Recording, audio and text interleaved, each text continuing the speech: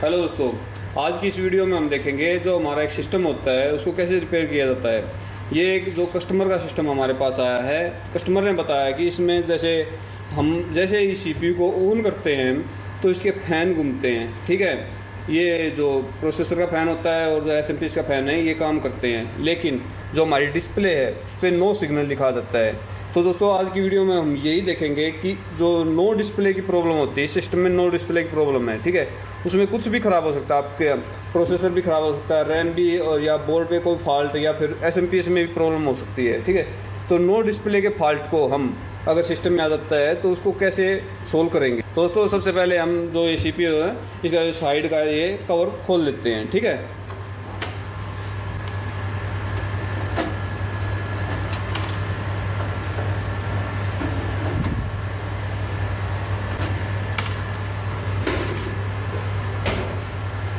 ठीक है, हमने ये सिस्टम खोल लिया है और हमने इसके जो सारे कनेक्शन हैं ये कर रखे हैं। ठीक है, पहले ही।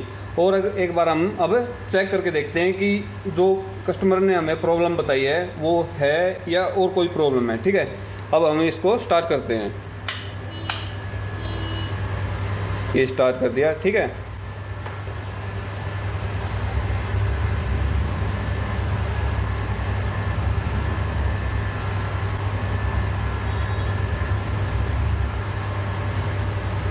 सिस्टम बंद हुआ है फिर स्टार्ट हुआ है, ये तो नॉर्मल है। देखिए आपकी जो डिस्प्ले पे नो सिग्नल लिखा हुआ था अभी, ठीक है, लेकिन सिस्टम काम कर रहा है, हार्ड डिस्क भी चल रही है, आपकी एसएमपीएस का जो पंखा वो भी चल रहा है, और जो प्रोसेसर का फैन है वो भी चल रहा है। ठीक है, अब एक बार हम जो कीबोर्ड है उसकी जो डिस्प्ले लाइट है वो चेक कर लेते हैं। अगर आप नम लॉक को दबाते हैं और ये लाइट ऑन ऑफ हो रही है तो समझ लो आपकी जो वीजे केबल है इसमें प्रॉब्लम है। ठीक है, इसलिए सिग्नल आगे नहीं दे रही है। अगर यहाँ पे लाइट आ रही है तो यहाँ भी लाइट नहीं आ रही, और आपकी एलईडी में भी लाइट नहीं आ रही, मतलब सिग्नल नहीं आ रहे। ठीक है, तो इसका मतलब फॉल्ट कहाँ है? आपके सीपीयू में ही है फॉल्ट। ना एलईडी ख़राब है आपका, ना कीबोर्ड, ना ये वीजे केबल ख़राब है। अगर यहाँ पे जो कीबोर्ड में लाइट नहीं आ रही है तो ठीक है। तो अब हम सिस्टम में सबसे पहले क्या चेक करेंगे, सिस्टम को बंद कर लेते हैं एक बार। सबसे पहले मैंने इससे पहले भी वीडियो बनाई है, सबसे पहले हम रैम चेक करेंगे। ठीक है, रैम को बाहर निकाल लेते हैं। ठीक है, इसको सबसे पहले हम साफ़ करेंगे रबड़ की मदद से। ठीक है, ये रैम हम इस इरेजर की मदद से साफ़ करेंगे। इसके ऊपर क्या होता है, ये जो पॉइंट दिखाई दे रहे हैं आपको, इन पे कार्बन जम सकता है। ठीक है, इनको हम ऐसे साफ़ कर लेंगे। ठीक है,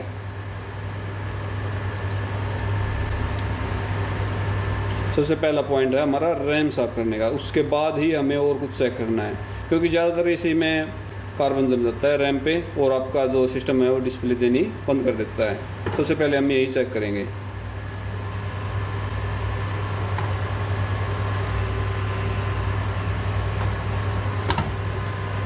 रैम हमने लगा दिए। ठीक है, अब फिर से स्टार्ट करके देखते हैं एक बार। सिस्टम ऑन हो चुका है। ठीक है, सिस्टम बंद हो गया, अब फिर स्टार्ट होगा, फिर से स्टार्ट हो गया। ठीक है,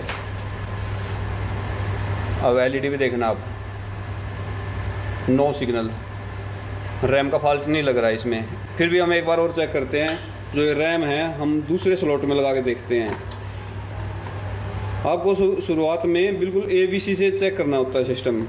ऐसा नहीं है कि सीधा बोर्ड खोल के बैठ जाओ उसकी रिपेयरिंग करो, ऐसा नहीं है। हम शुरुआती दौर में जो ABCD सीखते हैं उसी से हमें सिस्टम भी रिपेयर करना होता है। ठीक है, अब दूसरी स्लॉट में चेक करेंगे एक बार लगा के। ठीक है, अगर अब भी सिस्टम नहीं चलता है तो हम दूसरी रैम से इस सिस्टम को चेक करेंगे, शायद क्या पता हमारी रैम ख़राब हो गई हो। ठीक है, एलईडी भी देखना, यहाँ पे नो सिग्नल। अब भी हमारा जो सिस्टम है वो स्टार्ट नहीं हुआ है। एक बार हम दूसरी रैम से इस सिस्टम को चेक कर लेते हैं। ये रैम दोस्तों हमने बिल्कुल चालू सिस्टम से निकाली है। ठीक है, अब इस सिस्टम को हम इस रैम से चेक कर लेते हैं एक बार। ठीक है,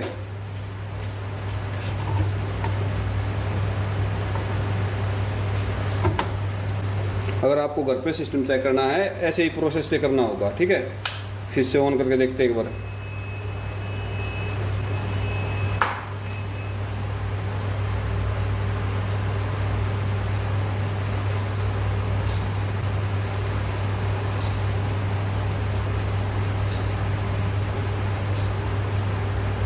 नो सिग्नल आ रहा है यार, इसका मतलब आपकी ये रैम ओके है, ठीक है। अब फॉल्ट आपका कहाँ पे मिल सकता है ये चेक करेंगे। ये रैम हम निकाल लेते हैं, ठीक है। अब सबसे पहले हमें जो ये मदरबोर्ड है ये बाहर निकालना पड़ेगा, ठीक है। इसके अब सबसे पहले हमें क्या करना है, सबसे पहले ये जो मदरबोर्ड है ये बाहर निकालना है, ठीक है। अब फॉल्ट है जहाँ तक है आपके मदरबोर्ड में ही मिलेगा, ठीक है। इसको बाहर निकाल लेते हैं, ठीक है। ये सारे के सारे कनेक्शन हम हटा देते हैं।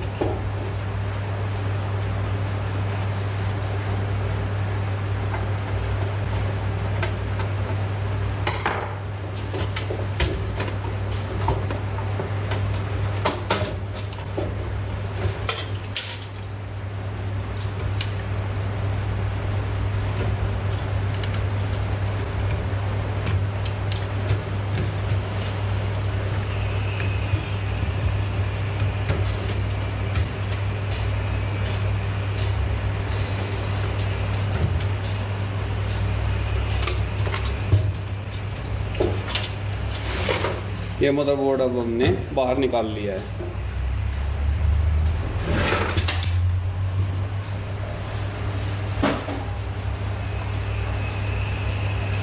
अब सबसे पहले हम एक बार दूसरे SMPS से एक बार बोर्ड को चेक कर लेते हैं, ठीक है।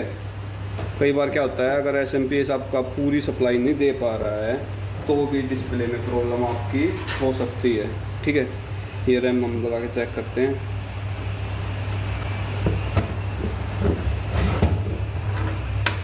एक छोटी ही प्रॉब्लम ही आपका जो डिस्प्ले में प्रॉब्लम कर सकती है, ठीक है। एक छोटी छोटी प्रॉब्लम पे आपको शुरुआती दौर में ध्यान देना ज़रूरी है, ठीक है। ये सप्लाई देते हैं।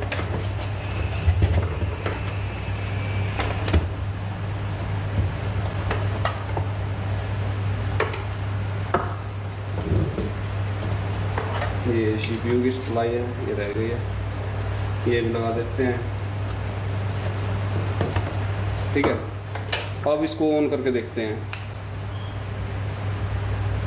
जो ये पॉइंट दिखाई दे रहे हैं आपको, देखो ये यहाँ पे ये ऑन ऑफ के पॉइंट है। इन दोनों को जैसे ही शॉर्ट करेंगे हम, ये ऑन हो जाएगा आपका सिस्टम, ठीक है। अब देखते हैं एक बार।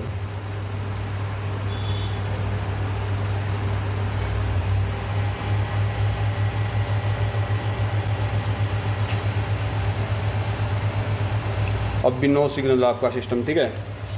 मतलब आपका जो SMPS है वो भी आपका ओके है। अब जो मैं स्टेप बता रहा हूँ आपको, ये सारे के सारे घर में करने के हैं, ठीक है।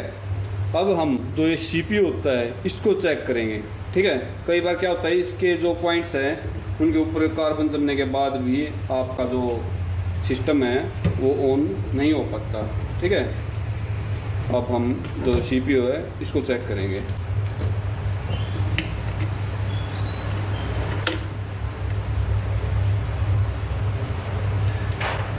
ये हमने हमारा प्रोसेसर है वो निकाल लिया, ठीक है।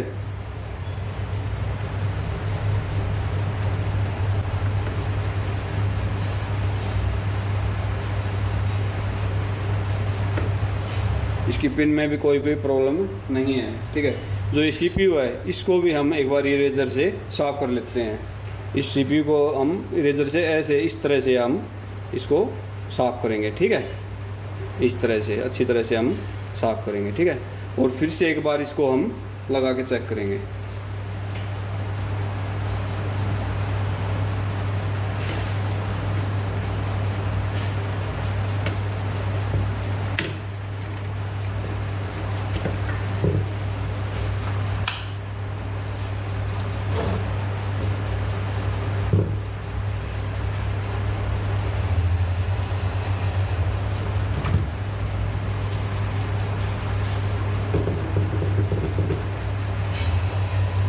CPU भी आपका गर्म हो रहा है, ठीक है, जो प्रोसेसर है ये गर्म हो रहा है, लेकिन डिस्प्ले अब भी नहीं आ रही आपकी, ठीक है। अब हम क्या चेक करेंगे दोस्तों, अब हमने जो ये मदरबोर्ड है इसकी रैम चेक कर ली, रैम में फॉल्ट नहीं मिला हमें, प्रोसेसर चेक कर लिया, प्रोसेसर में फॉल्ट नहीं मिला, ठीक है, और हमने SMPS बदल के देख लिया, जो सीमोस बैटरी ये भी निकाल के देख ली, लेकिन बोर्ड में डिस्प्ले नहीं आ रही है, ठीक है। तो अब हम बोर्ड को एक बार कार्ड से चेक करेंगे, ठीक है, ये हमारा कार्ड है, ठीक है, इसको एक बार हम कार्ड से चेक कर लेते हैं इसमें क्या प्रॉब्लम शो कर रहा है, ठीक है।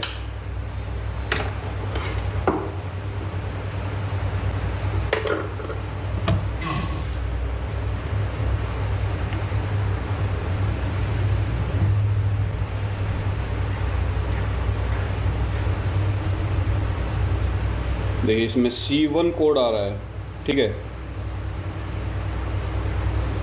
कोई भी जो डाटा है वो ट्रांसफ़र नहीं हो रहा है, एक बार रीडिंग चेंज होती है C1, उसके बाद कोई भी रीडिंग चेंज नहीं हो रही है, ठीक है। इसका मतलब रैम तक तो बात जा ही नहीं रही, ये फॉल्ट जहाँ तक है बायोज का मिलेगा, ठीक है, क्योंकि बायोज डाटा नहीं बना रही है।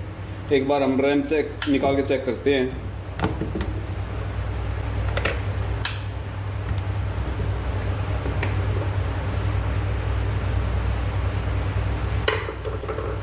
जीरो जीरो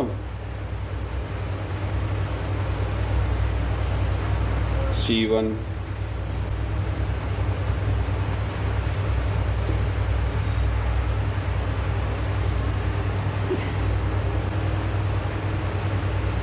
E0, ठीक है, E0 मतलब रैम की होता है, ठीक है, रैम दोबारा से लगा के चेक करेंगे।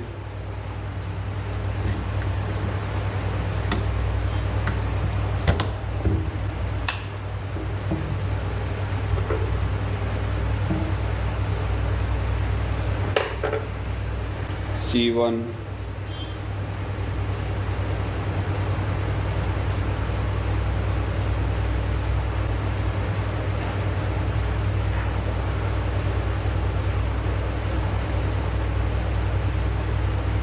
C1 कोड आ रहा है दोस्तों, एक बार रीडिंग चेंज हो रही है, ठीक है, इसका मतलब इसमें डाटा नहीं बन रहा है, तो 90% चांस है आपकी बायोज में, ठीक है, बायोज में फॉल्ट मिलेगा, ठीक है। तो अब हम इसकी जो बायोज है वो या तो रीसेट कर लेते हैं, ठीक है, या फिर दूसरे मदरबोर्ड की उतार के इस पे लगा के चेक करेंगे, ठीक है। तो दोस्तों अब हमने इसकी जो बायोज है ये बदल दी है, ठीक है, दूसरे मदरबोर्ड की उतार के इस पे लगाई है, ठीक है। अब इस सिस्टम को हम जो ये मदरबोर्ड है इसको चेक करके देखेंगे। अगर बायोज की प्रॉब्लम ही है इसमें तो अब ये बिल्कुल ठीक हो जाएगी इससे। ये SMPS की जो सप्लाई है ये लगा लेते हैं, ये इस प्रोसेसर की सप्लाई है, और अब हम इसको स्टार्ट करके देखेंगे बायोस बदलने के बाद डिस्प्ले आती है या नहीं आती है। ऊपर से स्टार्ट कर लेते हैं और यहाँ से स्टार्ट करते हैं अभी।